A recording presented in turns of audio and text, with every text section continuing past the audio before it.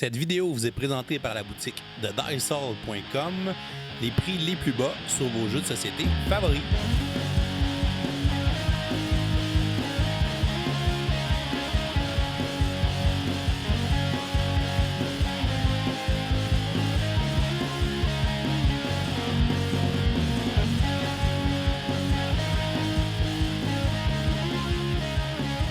Salut les gamers, bienvenue après ça à Board Game, je m'appelle David. Aujourd'hui à Board Game 101, je vous présente un classique du jeu de société moderne.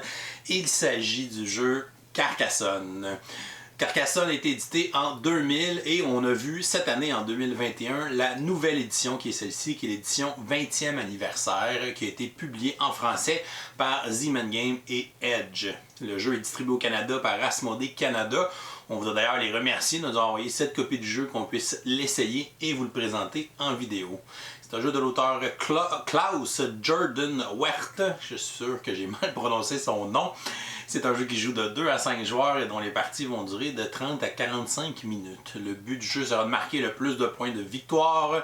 C'est un jeu principalement de placement de tuiles. On va placer des tuiles sur la table pour former une espèce de casse-tête collaboratif dans lequel il y aura des villes, des routes, des abbayes et des prés. Et on va tenter de placer nos meeples sur les différents éléments pour les compléter et marquer des points.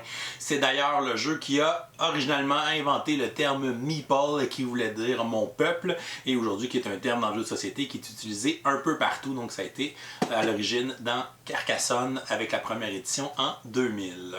Alors Carcassonne 20e anniversaire, je vous montre comment on joue. Ensuite je vous dis ce que j'en pense. Et comme on est le premier lundi du mois, on va lancer notre concours du lundi pour le mois d'août 2021 dans lequel vous pourriez remporter une copie de cette nouvelle édition 20e anniversaire de Carcassonne. Dans la boîte de Carcassonne 20e anniversaire, on a le jeu de base et on a aussi 3 mini-extensions. On va commencer par couvrir les règles du jeu de base et on reviendra un peu plus tard sur les 3 mini-extensions, dont la mini-extension Rivière, la mini-extension de l'Abbé et la mini-extension 20e anniversaire.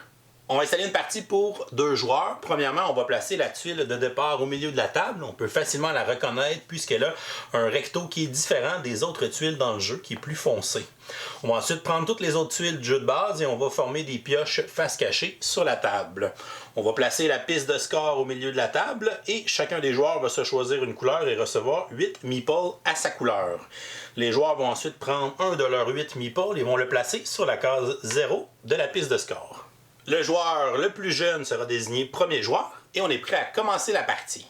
Dans Carcassonne, les joueurs jouent à tour de rôle et ils vont aller piocher au hasard une tuile et ils vont devoir la placer dans le tableau principal pour pouvoir agrandir les zones qui s'y trouvent. On a des zones qui représentent des routes, on a des zones qui vont représenter des villes, on a des zones de gazon qui représentent des prés et on aura des tuiles avec des abbayes. Les joueurs, une fois qu'ils auront placé leurs tuiles, pourront placer un de leurs meeples de leur réserve personnelle sur la tuile qu'ils viennent de jouer pour prendre le contrôle d'un de ces éléments et ainsi essayer de compléter dans des tours futurs ces différents éléments pour marquer des points. À la fin de la partie, lorsque toutes les tuiles auront été jouées, le joueur qui aura le plus haut score sera déclaré vainqueur. Un tour de jeu se sépare en 3 phases. La première phase est la phase de pioche. Le joueur actif va donc piocher une tuile de la réserve, la révéler et devra la placer pour agrandir des zones existantes du plateau principal. La première règle qu'il faut respecter, c'est que les différents éléments doivent toujours correspondre avec les éléments ensemble. Donc les côtés ville doivent correspondre avec les côtés ville, les côtés route doivent correspondre avec des côtés route et des côtés de pré doivent correspondre avec des côtés de pré. Donc le joueur peut, s'il le veut, tourner sa tuile dans le sens qu'il veut pour faire correspondre les éléments et la placer comme il le veut. On pourrait dire qu'il place sa tuile comme ceci pour faire correspondre les routes. Si jamais, dans un rare cas, la tuile n'a aucun endroit où elle peut être placée sur le plateau principal, à ce moment-là, elle sera remise dans la boîte de jeu et on va piocher une nouvelle tuile. Une fois la tuile posée, on passe à la deuxième phase qui est la pose des meeples. Cette phase est optionnelle et le joueur qui possède des meeples dans sa réserve personnelle peut décider de prendre un de ses meeples et d'aller le placer sur un des éléments de la tuile qu'il vient de placer dans le plateau principal. Un joueur qui n'a plus de meeples dans sa réserve personnelle doit automatiquement sauter cette phase et un joueur peut décider de sauter volontairement cette phase même s'il a des meeples dans sa réserve personnelle. Pour cette tuile, le joueur a le choix de placer son meeple sur la route, sur la ville ou bien dans un des deux prés de chaque côté de la route. Pour placer un meeple, l'élément où on veut le placer ne doit pas appartenir à aucun joueur, c'est-à-dire qu'il ne doit pas avoir aucun meeple sur la route, sur la ville ou sur le pré où on veut placer notre meeple. Donc je pourrais, pour l'instant il n'y a aucun meeple en jeu, donc je pourrais placer un des miens sur la route pour en devenir le propriétaire. On passerait ensuite à la troisième phase, qui est la phase d'évaluation. C'est là qu'on va regarder si différentes zones ont été complétées sur le tableau principal, comme une ville, une route ou une abbaye. Et si c'est le cas, on va scorer ces éléments-là et les joueurs pourront récupérer leur meeple. On vous montrera des exemples un peu plus tard.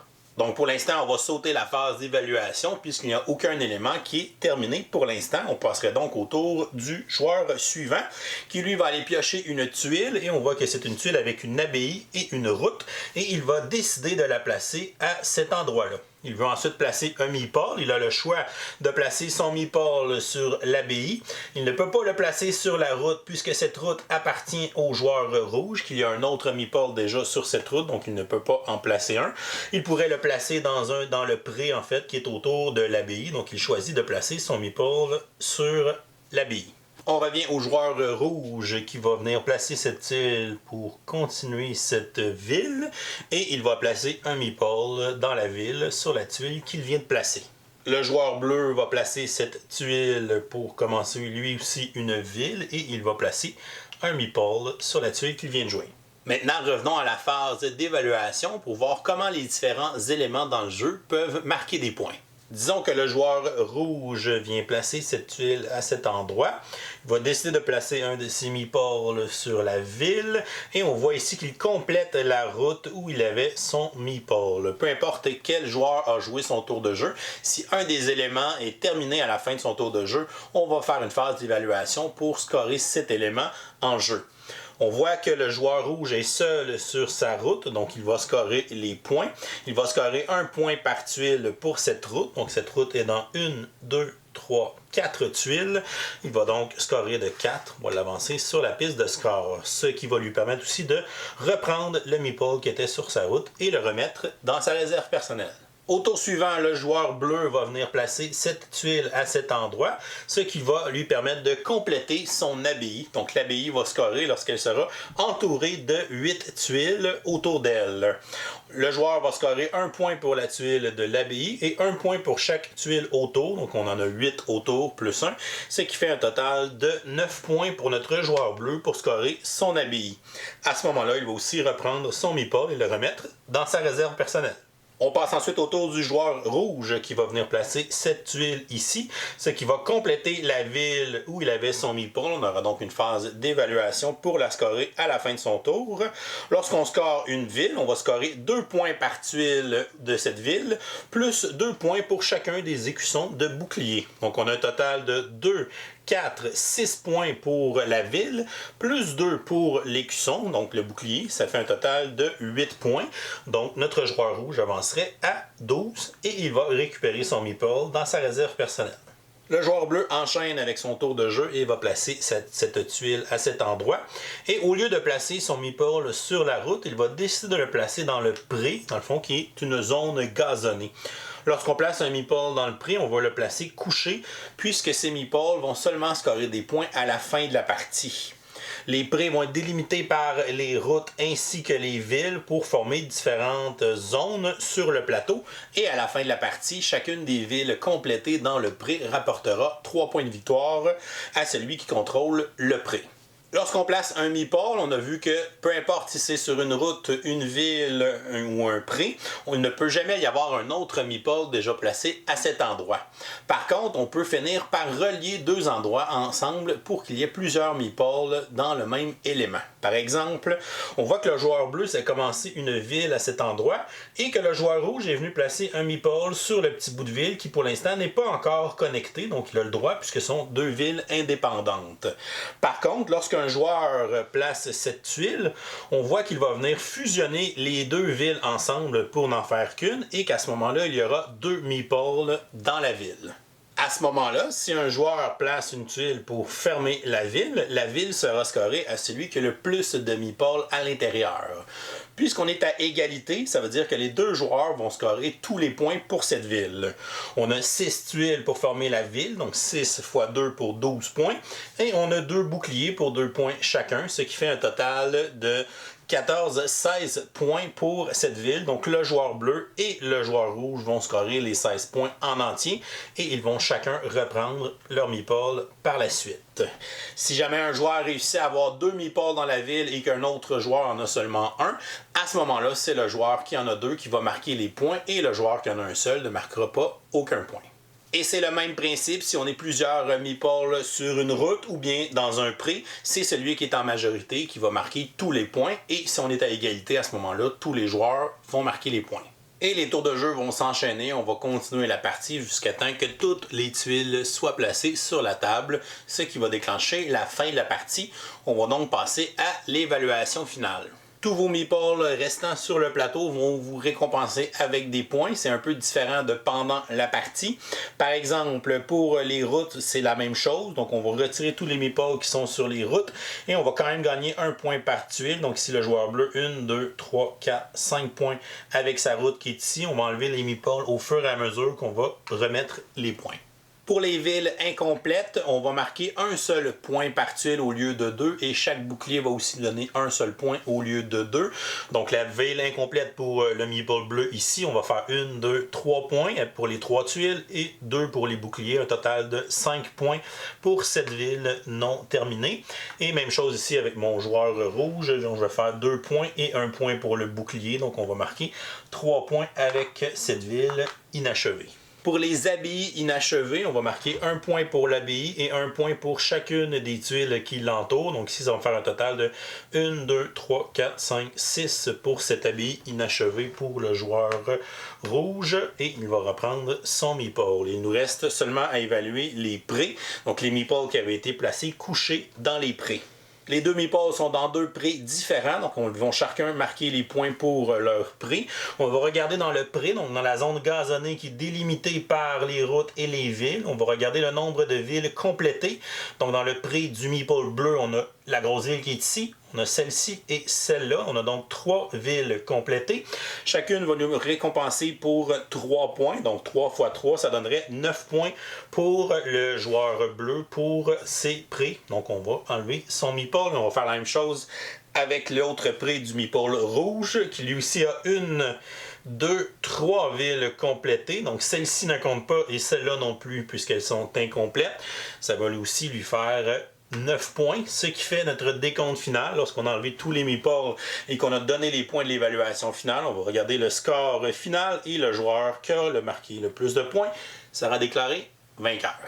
Pour la mini-extension de la rivière, dans le fond, les tuiles de rivière vont donner une façon alternative de commencer la partie et elles vont remplacer la tuile de départ. À ce moment-là, on n'utilise pas la tuile de départ. On va former une pioche avec les tuiles rivière. On va garder la tuile source sur la table en premier. On va placer les 2 tuiles lac en dessous de la pioche de tuiles rivière. On va mélanger toutes les autres par-dessus et on va jouer pour placer toutes ces tuiles en premier dans la partie avant d'aller piger dans les tuiles de la réserve. Les joueurs pourront aussi placer des meeples au fur et à mesure qu'ils placeront des tuiles de la rivière, ce qui va donner une configuration alternative au début de partie. On a quelques règles à respecter pour la rivière. On ne peut pas la faire retourner sur elle-même pour qu'elle fasse un cul-de-sac. Donc il faut toujours continuer à allonger la rivière pour qu'il n'y en ait qu'une seule et elle va se terminer où il y a les 2 lacs. Dans la mini-extension l'abbé, les joueurs vont commencer la partie avec un meeple spécial d'abbé et ce meeple sera différent des autres, il aura des pouvoirs particuliers. Premièrement, les meeples d'abbé peuvent seulement être placés sur les abbayes ou bien dans les jardins. Donc si le joueur rouge vient jouer la tuile qui est ici, il pourrait placer son meeple d'abbé dans l'abbaye qui est ici. Le joueur bleu pourrait jouer, il irait ici compléter sa ville et il va ajouter son meeple d'abbé dans le jardin qui se trouve ici. De plus, si jamais un joueur place une tuile et décide de ne pas poser aucun meeple, s'il le veut, il peut retirer son abbé, le remettre dans sa réserve et scorer les points de l'élément qu'il abandonne. Donc ici, on abandonne une abbaye qui est entourée de 3 tuiles, donc il scorait 4 points, un point pour l'abbaye et un point pour chacune des tuiles qui l'entourent. Il scorerait ces 4 points et reprendrait son abbé dans sa réserve personnelle. Ici, il vient de compléter une ville, il va aussi marquer ses points pour cette ville complétée. Les jardins fonctionnent exactement comme les abbayes pour scorer, c'est-à-dire que lorsque cette tuile sera entourée de 8 tuiles, on va pouvoir scorer 9 points et ainsi reprendre notre meeple d'abbé. Si on le retire plus tôt dans la partie avec son pouvoir, on va aussi scorer les points selon le nombre de tuiles qui entouraient notre tuile où il y a le jardin. Les jardins sont des tuiles spéciales où seulement l'abbé peut être placé sur ceux-ci. Et pour la mini-extension 20e anniversaire, on va ajouter 15 nouvelles tuiles qui sont munies de petites flèches bleues dans la réserve de tuiles générale. On aura donc plus de tuiles et ce sont des tuiles qui peuvent avoir des pouvoirs spéciaux si on les joue correctement. Lorsqu'on place une tuile de la mini-extension 20e anniversaire, si je la place normalement et que la flèche bleue ne pointe pas vers la zone que je viens de compléter, à ce moment-là, je vais marquer 2 points en plaçant cette tuile. Par contre, si je place cette tuile de façon à ce que la flèche bleue pointe la zone que je viens d'ajouter, donc si je place la ville et je vois que la flèche pointe vers la ville où je l'ai placée, à ce moment-là, au lieu de marquer 2 points de victoire, on va activer le pouvoir de la flèche selon l'icône qui se trouve à l'intérieur. On a 3 pouvoirs différents. Il y a aussi une autre façon d'activer les pouvoirs des tuiles 20e anniversaire, si jamais elle est placée comme ceci, et on voit que la flèche est libre, donc si un joueur vient placer une tuile vers la flèche, à ce moment-là, ce joueur déclenchera le pouvoir de cette flèche. Avec l'icône des 2 meeples, donc au lieu de placer un meeple sur la tuile que je viens de placer, en activant ce pouvoir, je peux prendre un meeple de ma réserve et le placer avec un de mes meeples qui est déjà placé sur le plateau, ce qui me permettrait ici de revenir à 2 contre 2 dans cette ville que le joueur bleu essayait de me voler. Si je joue la tuile anniversaire ici pour activer son pouvoir, on voit que c'est un icône avec un meeple et une flèche. Donc au lieu de placer un meeple sur cette tuile, je peux prendre un de mes meeples et le placer dans un élément qui n'appartient à personne et qui est incomplet. Donc je pourrais prendre possession de la ville qui est ici où il n'y avait aucun meeple. Et finalement, le 3e pouvoir, donc si je place la tuile qui est ici pour que la flèche soit directement sur le pré, à ce moment-là, je peux activer son pouvoir qui sera de rejouer un autre tour de jeu immédiatement. Si je rejoue une tuile semblable à mon 2e tour de jeu, je n'obtiendrai pas un 3e tour consécutif. On peut avoir seulement un maximum de 2. Qu'est-ce que je pense de Carcassonne édition 20e anniversaire? Premièrement, je veux vous spécifier que c'est une version qui sera limitée, donc elle ne sera pas en vente pendant plusieurs années. Selon moi, ils en ont imprimé une certaine quantité et ils vont vendre cette quantité-là. Et ensuite, ça va être fini. Donc, c'est vraiment pour souligner le 20e anniversaire de ce jeu-là, d'un grand classique qu'on a décidé de faire cette belle édition 20e anniversaire. Premièrement, c'est une édition de collection, donc c'est sûr que le matériel, la qualité du matériel est beaucoup plus haute que le Carcassonne de base. J'ai encore ma vieille boîte qui date de l'édition de 2000, donc c'est sûr qu'il y a un gros upgrade au niveau du matériel. Je ne sais pas si ça a apparu sur la vidéo, mais on a une espèce de vernis sélectif sur les tuiles, donc il y a des éléments qui ressortent un petit peu comme en relief. C'est vraiment de toute beauté. On a dessiné différents éléments, des petits bonhommes qui se promènent sur les chemins, qui portent des drapeaux au 20e anniversaire, des trucs dans le champ, des éléphants quelque part. Donc bref, il y a plein de petits détails qu'on a mis sur les tuiles. Donc les tuiles, on dirait qu'ils ont un peu plus de vie que dans la vieille édition de Carcassonne. Fait que ça, c'est le fun. Puis c'est le fun, entre tes tours de jeu, tu peux apprécier ce petit côté-là artistique qui est plus développé dans cette belle édition-là. Fait que chapeau pour la production, la qualité des tuiles, c'est toujours la même chose pour le carton qui est quand même bien épais. Le côté visuel, là, on l'a beaucoup amélioré, donc c'est vraiment un gros plus là-dedans. Sinon, si on tombe dans le gameplay de Carcassonne, moi c'est un de mes classiques, c'est un des jeux qui m'a emmené dans les jeux de société modernes. C'est un des premiers jeux que j'ai acheté dans ma collection et que je jouais, rejouais et rejouais encore et encore. Donc c'est sûr que ce jeu-là a une place dans mon cœur de gamer, de nostalgie aussi. J'ai rejoué beaucoup sur Board Game Arena dans les derniers mois, donc c'est un jeu que j'ai rejoué quand même beaucoup cette année, mais c'est clair que ça fait longtemps que j'avais pas sorti ma version physique. C'est sûr que la version 20e anniversaire va me donner peut-être un peu plus le goût avec la beauté des tuiles et tout ça, de la montrer aux autres. Puis je pense que Carcassonne, ça reste encore aujourd'hui, même après 20 ans, ça reste un bon jeu d'introduction, justement, les gens qui sont pas habitués de jouer à des jeux de société ou qui ont juste joué à des jeux de cartes, des classiques, des trucs comme ça, mais de les amener avec un jeu comme ça où tu n'as pas nécessairement une grosse prise de décision à prendre, tu pioches une tuile, tu la places, tu places un meeple si ça te tente, tu essaies de faire des points avec les routes, les villes, les abbayes et les prés. Fait que tu as 4 éléments qui scorent dans le jeu de base, fait que tu n'as pas trop à te casser la tête. Ça reste des décisions qui sont intéressantes, d'un petit peu d'interaction, parce que tu peux quand même réussir à aller soit partager les points d'une ville ou d'une route avec quelqu'un si tu réussis à connecter deux éléments ensemble, ou tu pourrais même essayer d'y voler si tu réussis à avoir plus de meeples que lui, ce qui est plus difficile, mais ce qui est faisable. Fait que ce niveau d'interaction-là, il est parfait pour moi dans ce type de jeu-là. J'aime beaucoup le côté casse-tête de Carcassonne, le principe de faire tout le monde un casse-tête ensemble, on essaie de faire des points en faisant ce casse-tête-là. C'est un principe qui va être intéressant pour les jeunes, parce que tous les jeunes, tous vos enfants, vous les avez fait faire des casse-têtes quand ils étaient jeunes, fait que les emmener dans un jeu où le principe de base c'est de faire un casse-tête géant ensemble, c'est juste que tu essaies de faire des points en le faisant. C'est un côté qui est déjà développé chez les jeunes, fait que c'est facile de leur emmener le concept du jeu puis d'embarquer avec ça avec des jeunes, même avec des adultes qui sont des non-initiés au jeu de société, ce jeu-là reste encore parfait dans cette chaise-là. C'est un jeu super fluide, les tours de jeu c'est très rapide, je pioche une tuile, je la place, c'est à toi, ça roule quand même assez rondement, il n'y a pas beaucoup de temps mort. Peut-être si on joue à 5 joueurs, mais c'est quand même pas beaucoup pour un jeu dans ce style-là.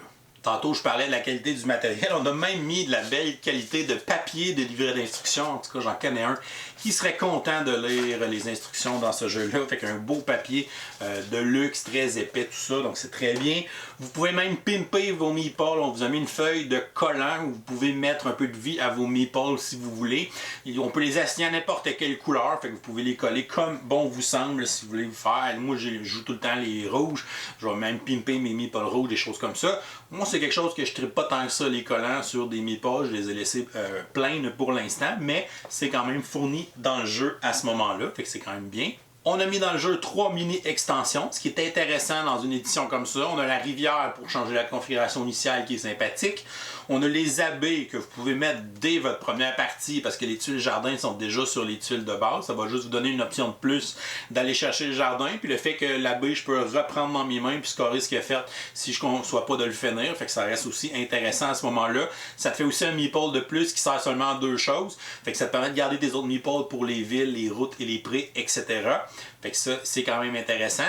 Et on a le 20e anniversaire, la mini-extension 20e anniversaire qui est vraiment nouvelle. C'est la première fois évidemment qu'on l'a fait. Donc 15 nouvelles tuiles, des tuiles avec des flèches. Si je place la flèche dans le bon sens, j'active le pouvoir de la tuile. Les pouvoirs sont quand même intéressants. Ça devient plus facile justement d'aller rejoindre un de ces meeples pour être en supériorité, essayer de voler une ville à quelqu'un, des choses comme ça. Fait que ça va augmenter peut-être l'interaction d'avoir ces petits pouvoirs-là. Puis le fait de prendre quelque chose qui est orphelin, une ville que personne, on a construit des trucs dedans, mais elle appartient à personne, je peux aller la prendre. Le fait de rejoindre un tour de plus, c'est quand même intéressant dans ce style de jeu-là. Fait qu'elle est quand même intéressante la nouvelle extension du 20e anniversaire. Fait que peut-être faire une partie sans cette extension-là, vu qu'elle ajoute un petit peu de complexité. Puis une fois que vous avez joué, vous avez assimilé les bases du jeu, ben vous pouvez l'inclure dans vos parties à ce moment-là. Pour les côtés négatifs, c'est sûr que si on joue à la version classique de Carcassonne, qui est la version que je vous ai montrée, je pioche une tuile, je la place, ben il y a beaucoup de hasard dans la tuile. Donc c'est sûr que des fois, ben moi il me faut telle tuile pour essayer de fermer ma ville, puis ça se peut que le reste de la partie, je la pioche pas cette tuile-là, puis que ma grosse ville soit pas terminée, puis je fais juste la moitié des points avec cette ville-là. Fait que ça peut être frustrant. Il y a beaucoup de gens, même dans les tournois de Carcassonne et tout ça, qui ont mis sur pied ce qu'on appelle la variante stratégique. C'est-à-dire que les joueurs vont piocher en début de partie 3 tuiles, ils vont avoir une main de 3 tuiles, et à ton tour de jeu, tu vas jouer une de tes 3 tuiles, puis à la fin, tu vas en piocher une autre. Fait que tu vas toujours avoir 3 tuiles, ça te donne un peu plus d'options. Pour essayer de finir tes choses, puis essayer de faire un petit combo, de dire ok, si je place ça là, ben, il me faut telle tuile pour la fermer, mais là, vu que je l'ai déjà, ben, je sais que je vais pouvoir le faire dès le prochain tour. Fait que c'est un peu plus stratégique, un peu plus, on a un peu plus de réflexion à faire à ce moment-là. Puis ça diminue un petit peu le côté hasard d'avoir 3 options au lieu d'une, mais ça peut augmenter le temps de jeu si vous êtes des gens qui réfléchissent beaucoup. Variante stratégique, elle n'est pas décrite officiellement dans les livres d'instruction de cette édition-là, mais un peu partout sur Internet, c'est quelque chose que à peu près tout le monde utilise, même sur Board Game Arena, on peut cocher variante stratégique pour y jouer de cette façon. Dans le jeu de base de Carcassonne, on avait un beau sac comme ceci pour pouvoir placer les tuiles et aller piocher une tuile comme ça au hasard. Il n'y en a pas dans la nouvelle édition, c'est vraiment de faire des piles sur la table puis on en prend une au hasard. Je trouvais que le feeling de piocher dans un sac, de brasser les tuiles dans le sac, c'était quelque chose de le fun. Fait que j'aurais aimé ça, un beau sac justement, une version anniversaire, un beau sac en tissu avec le logo et tout ça. On aurait pu faire de quoi d'assez beau dans cette nouvelle édition, mais malheureusement, il n'y en a pas. Sinon, quand on marque plus que 50 points, on fait le tour de la piste de score, mais on n'a rien pour se rappeler qu'on est dans notre deuxième tour ou notre troisième tour de piste. Donc, on aurait pu mettre des espèces de petits jetons, justement, pour pouvoir les placer des 50 points à côté de notre meeple pour pouvoir montrer qu'on a fait un ou deux tours de piste déjà, mais on n'a rien, malheureusement. Fait qu'il faut s'en souvenir ou essayer de prendre un remplacement pour noter ça dans le jeu. C'est bien les 3 mini-extensions qu'on a inclus, mais j'aurais aimé une des grosses extensions, une des 2 premières grosses extensions qui ajoutait quand même beaucoup de profondeur au jeu. La bonne nouvelle, c'est qu'elles sont compatibles encore avec cette édition-là. On a gardé le même verso plutôt des tuiles. Fait qu'on peut quand même les mélanger avec nos vieilles extensions dans ce jeu de base-là. Et on va pouvoir avoir des mélanges à ce moment-là qui sont un peu plus stratégiques et un peu plus de profondeur. Carcassonne, ça reste un classique des classiques pour moi et pour beaucoup d'autres gamers. J'y donne une note de B-, et ça c'est pour le jeu de base. Donc c'est un jeu qui est bien, super simple, super fluide, facile à embarquer, autant pour des jeunes que pour des non-gamers, des adultes. Donc c'est un jeu qui est vraiment grand public, qui est vraiment pour tout le monde. Les parties sont pas trop longues aussi. C'est généralement c'est même un jeu qu'on pourrait jouer 2 parties de suite parce qu'on veut notre revanche tout de suite. Donc le côté casse-tête, très attrayant, très le fun. On se casse pas trop la tête dans ce jeu casse-tête-là, mais on a assez de plaisir. Puis c'est un jeu qui roule vraiment bien. Donc ça reste pour moi un classique encore. Mais sa note monte si on commence à ajouter selon moi quelques extensions. Dont l'extension avec l'auberge, avec les bâtisseurs. Il y en a une aussi qu'on a un gros meeple qui compte pour 2. On va avoir le bâtisseur qui nous permet de rejouer une deuxième tuile. Donc des trucs comme ça qui sont intéressants puis qui ajoutent un petit peu plus de profondeur. Les marchandises qu'on peut scorer aussi avec les symboles de marchandises dans les villes. Fait que pour moi, ces 2 premières extensions-là, je pense que c'est auberge et cathédrale et marchand et bâtisseur qui sont les 2 pour moi meilleures extensions. Fait que j'aimerais ça qu'une des 2 se retrouve dans ce boîte-là. Mais bon, je les ai déjà, fait que je peux quand même les inclure dans cette nouvelle édition à ce moment-là pour avoir une meilleure expérience de jeu. Et voilà, c'est tout pour aujourd'hui. Oh, c'est vrai, on est lundi. On va donc vous lancer notre concours du lundi pour le mois d'août 2021.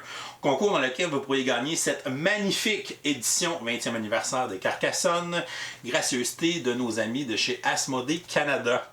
Donc, avant de vous expliquer comment participer au concours, on va dévoiler le gagnant du concours du mois précédent où on faisait tirer une copie de The Castle of Burgundy, l'édition 10e anniversaire.